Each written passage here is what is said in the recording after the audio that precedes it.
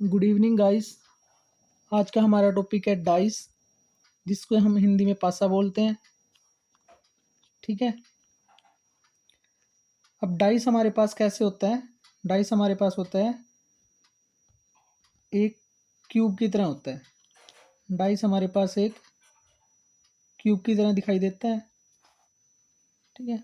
आप सभी ने लूडो खेला होगा, तो उसमें हम डाइस का यूज़ करते हैं। अब जब हम डाइस को देखते हैं तो किसी फ्लैट सरफेस पे अगर हम डाइस को रख देते हैं तो एक टाइम पे हमें इसके 3 फेस दिखाई देंगे। ठीक है, जिस तरह से अभी आपको डायग्राम में दिखाई दे रहा है, सिर्फ 3 फेस ही एक टाइम पे हमें दिखाई देंगे।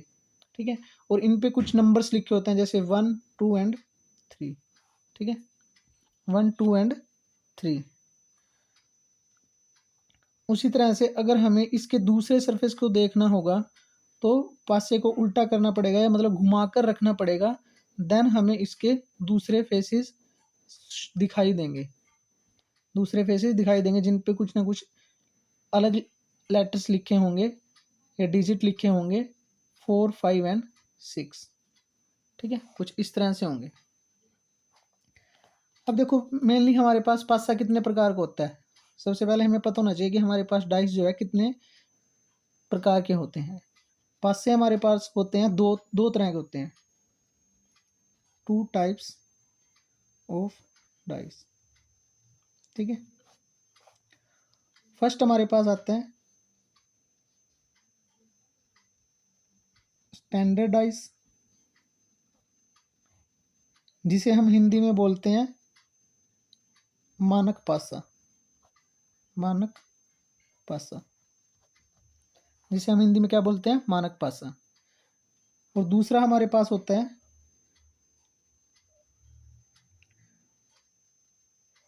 जनरल डाइस, इसे हम बोलते हैं साधारण पासा, या इसे इंग्लिश में बोल सकते हैं नॉर्मल पासा, नॉर्मल डाइस। ठीक है, नॉर्मल डाइस। अब इन दोनों में डिफरेंस क्या होता है?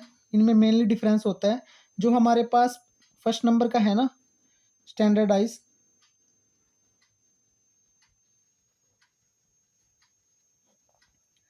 इसमें क्या होता है, जैसे हमारे पास कोई एक डाइस है,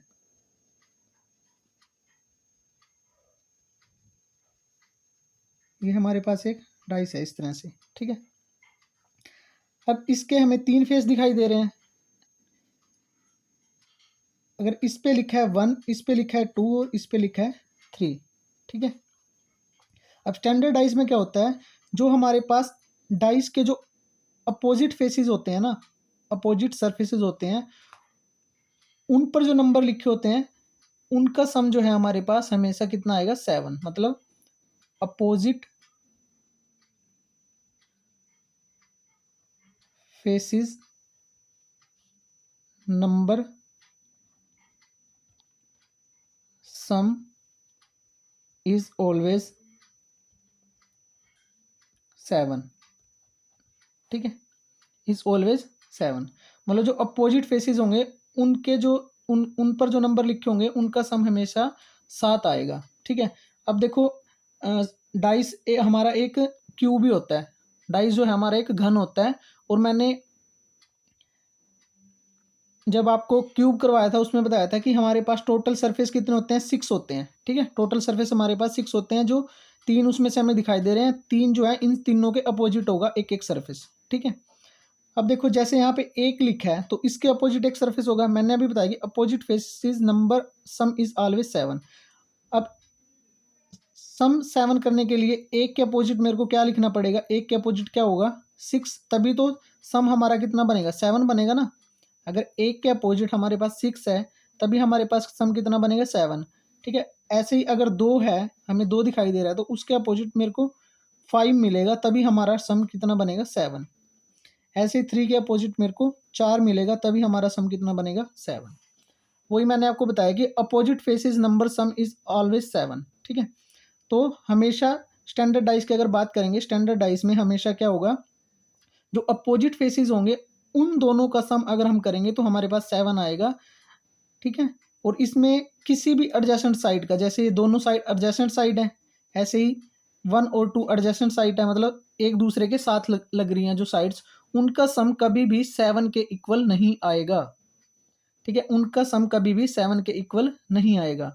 तो स्टैंडर्ड डाइस के केस में हमारे पास ये वैल्यू फिक्स हो जाती हैं, ये वैल्यू फिक्स हो जाती हैं कि अगर आपको एग्जामिनर क्वेश्चन पूछता है कि 1 के अपोजिट क्या है तो हमेशा 6 होगा, 2 के अपोजिट क्या है हमेशा 5 होगा, 3 के अपोजिट क्या है हमेशा 4 होगा, ठीक है। ऐसे ही रिवर्स होगा, अगर 4 के अपोजिट पूछता है तो 3 होगा, 5 के अपोजिट पूछता है तो 2 होगा, 6 के अपोजिट पूछता है तो 1 होगा, ठीक है। ये हमारा स्टैंडर्ड डाइस की बात हो रही है, मानक पासा, जिसे हम हिंदी में बोलते हैं मानक पासा, ठीक है। इसमें मैंने आपको बताया कि opposite faces number some is always 7, ठीक है। जब भी हम सम करेंगे अपोजिट फेसेस के नंबर्स का तो वो हमारा हमेशा 7 होना चाहिए, किन्हीं दो अपोजिट फेसेस का सम 7 होना चाहिए। तो अगर मेरे पास जैसे इसमें दिखाई दे रहा है 1, तो इसके अपोजिट कितना होना चाहिए कि सम टोटल 7 बने, तो इसके अपोजिट कितना आएगा 6 आएगा। ऐसे ही अगर 2 है तो 2 के अपोजिट मेरे को 5 मिलेगा, तभी हमारा सम कितना बनेगा 7। ऐसे ही 3 के अपोजिट मेरे को 4 मिलेगा, तभी हमारे पास सम बनेगा 7, ठीक है। तो ये एक दूसरे के अपोजिट होंगे और ये हमारे पास फिक्स होता है, ठीक है। अब एग्जामिनर क्वेश्चन कैसे देगा, आपको क्वेश्चन देगा कि क्वेश्चन लिखा होगा कि दिए गए मानक पासे में 4 के विपरीत फलक पर कौन सा अंक होगा। तो मैंने आपको क्या बताया कि अपोजिट का सम अगर एक फेस पर हमें 4 दिखाई दे रहा है तो दूसरे पर कितना होगा, क्योंकि अपोजिट का सम कितना होना चाहिए टोटल 7 होना चाहिए, तो दूसरे पे कितना होगा 3। अगर 4 को 3 को ऐड करेंगे तो कितना आएगा 7, ठीक है। कुछ इस तरह से क्वेश्चन आएगा, ठीक है। सेकंड टाइप हमारे पास है, ऐसे ही वो आपसे इसमें पूछ सकता है कि 5 के अपोजिट क्या है, 1 के अपोजिट क्या है, 3 के अपोजिट क्या है, ठीक है। तो ये हमेशा हमारी फिक्स रहेगी वैल्यू स्टैंडर्ड डाइस के मानक पासे के केस में, ठीक है। सेकंड टाइप हमारे पास आ जाता है, सेकंड टाइप हमारे पास आता है जनरल डाइस,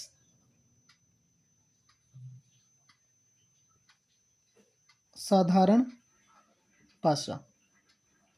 ये हमारा सेकंड टाइप आता है। अब इस केस में क्या होता है, मैंने आपको पिछले केस में क्या बताया कि अपोजिट का जो है सम वो हमेशा 7 के इक्वल आएगा, ठीक है।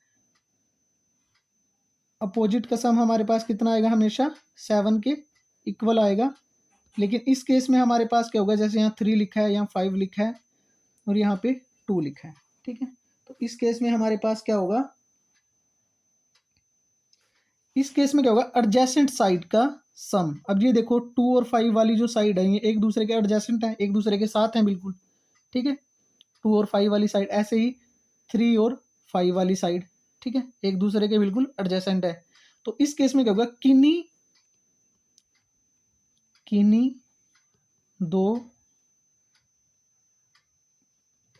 निकटवर्ती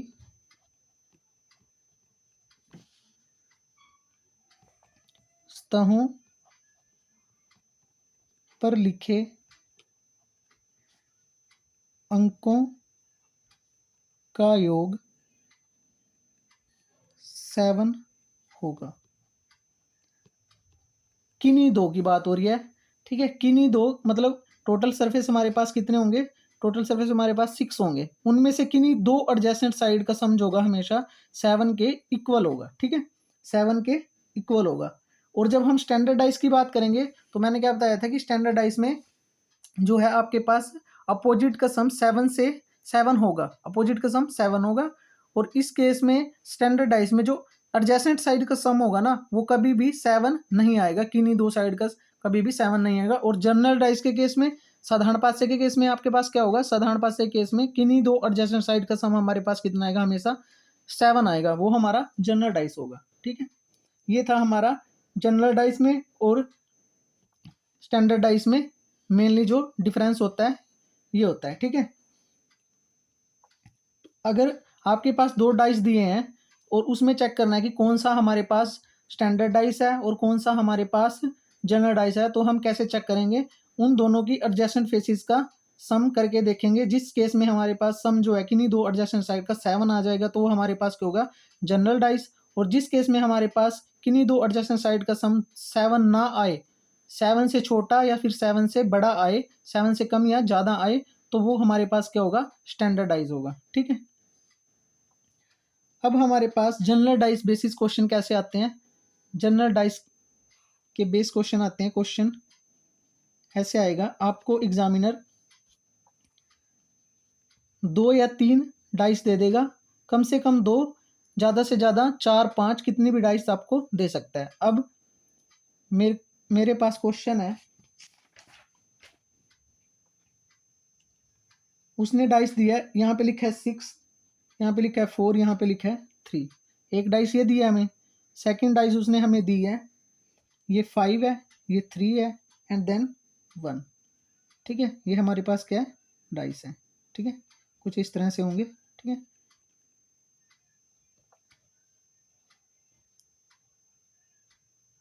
ठीक है, ये हमारे पास क्या है, 2 डाइस हैं जिसके ऊपर ये अंक लिखे गए हैं। अब आपको क्वेश्चन में क्या कहेगा कि नीचे दिए गए 2 पासों में 4 के विपरीत सतह पर कौन सा अंक होगा। उसने क्वेश्चन दे दिया है कि 4 के 4 के विपरीत कौन सा अंक होगा, ठीक है, कौन सा अंक होगा। अब इस तरह के क्वेश्चंस को करने का क्या तरीका होता है, आपको क्या करना है, जो भी हमें डायग्राम में डाइस दिए होंगे, उन दो डाइस दिए हैं इस केस में, ठीक है, या 2 से ज़्यादा भी होंगे, ठीक है। तो इस केस में अभी देखते हैं कि 2 डाइस दिए हैं, तो इन दोनों डाइस में हमने क्या करना है, सबसे पहले हमने इन दोनों में जो कॉमन हमारे पास नंबर दिखाई दे रहा होगा ना, उस कॉमन नंबर को देखना है कि कौन सा है। अब इन दोनों में हमारे पास कॉमन नंबर क्या है, 3 यहाँ पे भी है, 3 यहाँ पे भी है, बाकी कोई और कॉमन हमारे पास नहीं है। इसमें 6 है, 4 है, 5 है, 1 है, सिर्फ 3 एक ऐसा नंबर है जो दोनों में कॉमन है। हमें क्या करना है, 3 को यहाँ पे लिख देना है, ठीक है, 3 को लिख देना है। उसके बाद जिस डाइस में, इन दोनों डाइस में से किसी भी एक डाइस को पहले ले सकते हैं, ठीक है। अब मैंने इस डाइस को पहले लिया है और मैंने जो दोनों में कॉमन नंबर था वो मैंने यहाँ पे लिखा है, ठीक है। अब उस कॉमन नंबर से हमें क्लॉकवाइज डायरेक्शन में, क्लॉकवाइज डायरेक्शन हमारी यही बनेगी, क्लॉकवाइज डायरेक्शन में जाना है और जो नंबर आगे आएगा वो लिखते जाना है 3 के आगे। अब मैंने सबसे पहले 3 लिखा था, क्लॉकवाइज चलूंगा ऐसे, ठीक है। 3 के बाद कितना आ रहा है, 3 के बाद हमारा 6 आया और मैंने 6 यहाँ लिख दिया, ठीक है। अब 6 के बाद हमारे पास क्या है, 4 आया क्लॉकवाइज में, तो देन मैंने यहाँ पे लिख दिया 4।